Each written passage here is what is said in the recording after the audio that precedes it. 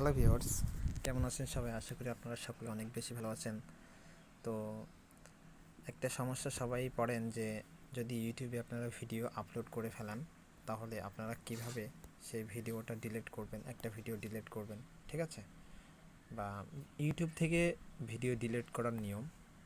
তো আমি সর্বপ্রথমে যাচ্ছি, এখান থেকে আপনার ইউটিউব চ্যানেলটাকে অন করবেন। ইউটিউব অ্যাপস যেটা রয়েছে, এই ইউটিউবে আমি ইউটিউবটা ওপেন করলাম।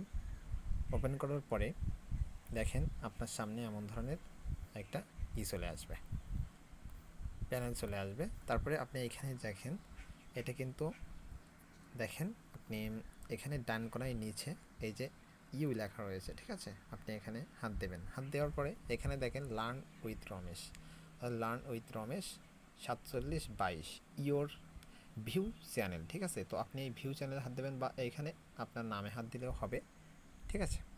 তো এটাই দেখেন আমার ইউটিউব চ্যানেল। তো আমি চাচ্ছি যে একটা ভিডিও আমি ডিলিট করে দেব। এই ভিডিওটা, এই দেখেন নো ভিউ বিমান তৈরি, আসলে এই ভিডিওটা আমি চাচ্ছি যে ডিলিট করে দেব। তো আপনাকে সর্বপ্রথম কী করতে হবে, এই ম্যানেজ ভিডিও এইখানে ক্লিক করতে হবে।